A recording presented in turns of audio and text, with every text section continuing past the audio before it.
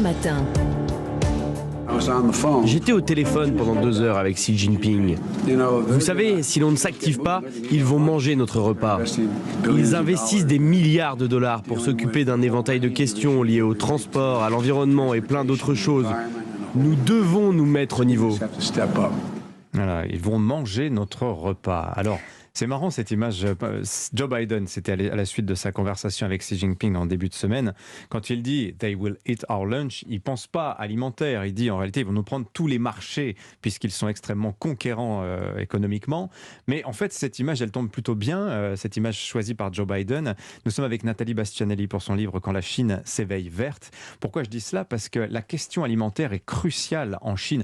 Il faut toujours rappeler ça, toujours avoir en tête que pour le régime chinois, la question numéro 1, c'est nourrir une population d'1,4 milliard d'habitants. Je donne ce chiffre, la Chine consomme le tiers de la vente mondiale, la moitié de la viande de porc. Et on est hautement conscient que le changement climatique va avoir un impact sur l'alimentation. Vous l'avez vécu ça, Nathalie Bastianelli, hein ? Oui, absolument. Et du coup, effectivement, Xi Jinping a lancé des campagnes, enfin une en tout cas officielle, qu'il avait lancée en 2013, mais qu'il a repris en 2020, pour lutter contre le gaspillage alimentaire. C'est-à-dire que maintenant, il y a un mot d'ordre vis-à-vis des restaurants, de réduire les portions.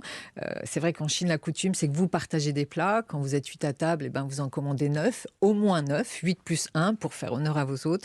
Et maintenant, la règle, c'est 8 moins 1. C'est-à-dire vraiment, on réduit les portions et puis avec une interdiction de laisser des restes dans l'assiette. Sinon, vous risquez d'avoir une amende ou alors le restaurateur peut vous demander une caution à l'entrée dans le restaurant et il ne vous la rendra pas si vous avez gaspillé la nourriture. Et également, il y avait des mouvements de jeunes comme dans plein de pays, mais ça vient surtout des États-Unis, le food porn, où on se filme sur les réseaux sociaux en train de se goinfrer avec de l'alimentation. Ça, c'est interdit en Chine, c'est extrêmement censuré. Et on estime que le gaspillage alimentaire, je crois que c'est les chiffres de 2018 ou 2019, peut nourrir la Corée du Sud en une année. Donc on voit à quel point, effectivement, c'est l'effet du nombre. Les Chinois sont nombreux et à chaque fois qu'il y a une mesure, ça donne des résultats assez conséquents. Ils s'inquiètent sur la pérennité du pays et pour cette question alimentaire, Nathalie Bastien. Est-ce qu'il y a un enjeu existentiel autour de l'alimentation ? Ce qui nous paraît, nous aussi, totalement lointain. Pour le gouvernement, oui, parce que voilà, c'est le premier importateur de denrées alimentaires dans le monde. Et c'est vrai que donc c'est pour ça qu'ils prennent énormément de mesures. Et puis c'est vrai que la production, même si elle grandit chaque année, ils ont beaucoup utilisé de produits phytosanitaires. Donc les sols sont très pollués. Donc c'est un vrai souci, en tout cas par les citoyens. Parce qu'on ne parle pas assez du côté anxiogène des pollutions alimentaires et de l'eau. C'est-à-dire, autant on peut mesurer l'air avec les applications, autant c'est plus compliqué par rapport à ce qu'on mange. Donc ça, c'est un vrai souci pour les Chinois et notamment pour le régime. Il y a la question du logement aussi, parce que c'est un autre chiffre que vous donnez dans votre livre. La moitié des nouveaux bâtiments du monde seront érigés en Chine dans les 10 prochaines années. Vous avez vu des trucs absolument incroyables sur le plan technologique. Des choses, une maison imprimée en 3D en 24 heures. Oui, c'est ça, c'est des grandes imprimantes. Et voilà. Et en plus, ce qui est intéressant avec cette entreprise qui est basée à Shanghai, Winsun, c'est qu'elle utilise des matériaux secondaires, c'est-à-dire des déchets de chantier. Elle ne va pas extraire dans la terre, elle va vraiment recycler des déchets pour construire ces nouveaux bâtiments. Elle a d'ailleurs participé à la construction du musée du futur à Dubaï. Et maintenant, c'est vrai qu'elle exporte cette technologie et elle fait beaucoup de choses, notamment en Chine, bien sûr. Alors, vous avez parlé de votre ONG, We Belong to Change, aujourd'hui. Quel est son objectif ? Est-ce que vous suggérez à la France, à l'Union européenne, de s'inspirer de ce que vous avez pu voir en Chine ? Oui, pour certaines initiatives, bien sûr. Déjà, si les pays... C'est assez facile de demander, par exemple, là on parle des citoyens, mais est-ce que les gouvernements ne pourraient pas appeler à moins de gaspillage alimentaire ? Il y a eu aussi une campagne qui a été lancée en 2016. Vous serez reçu si vous dites ça. Oui et non, parce que c'est des enjeux environnementaux. Il y a déjà effectivement le gaspillage alimentaire, c'est des campagnes publiques depuis des années maintenant. Oui, puis les circuits courts, on revient quand même à mettre plus de sens dans la manière de se nourrir. Mais il y a une campagne qui a été lancée en 2016 avec des célébrités chinoises.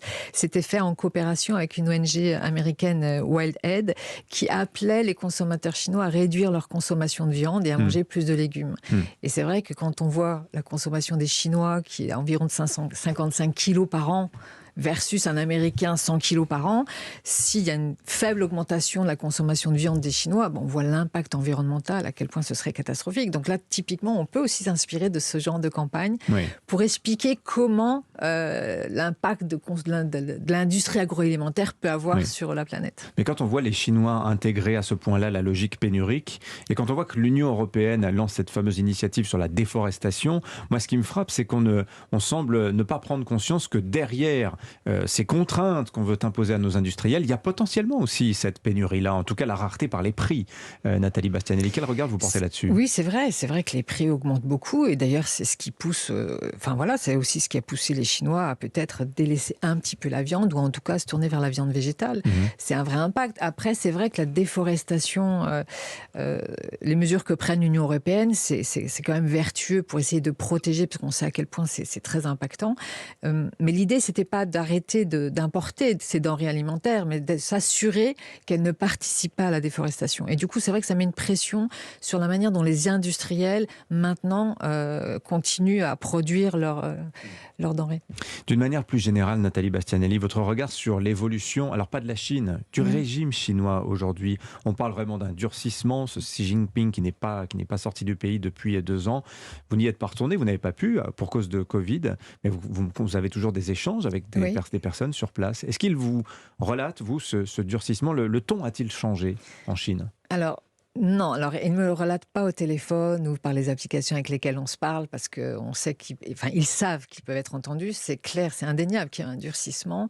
Et je pense que maintenant, il y a beaucoup plus de peur parmi la population chinoise, notamment les entrepreneurs. Le gouvernement chinois a fait la main basse sur le secteur privé.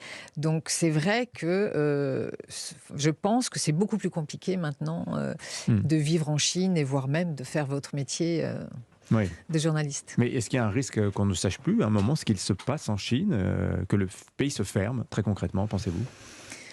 Alors, c'est une grande puissance qui a quand même des ambitions. Et on ne peut pas être une grande puissance et fermer ses frontières. Ça, c'est impossible. Donc, je pense que maintenant que Xi Jinping, dans le dernier plénum, s'est assuré la reconduction de son mandat pour l'année prochaine, probablement, et on l'a vu pendant la COP26, où il a créé de nouveau un dialogue de coopération avec les États-Unis. Donc, je ne crois pas à la fermeture totale du pays. Ça, c'est impossible. Et puis, l'avenir nous dira comment la Chine va se transformer. Mais c'est vrai que c'est difficile, ce régime qui se durcit comme ça. Merci Nathalie Bastianelli. Quand la Chine s'éveille verte, je le montre à la caméra pour ceux qui nous regardent sur europe1.fr, c'est paru aux éditions de l'Aube. Merci à vous. Merci beaucoup.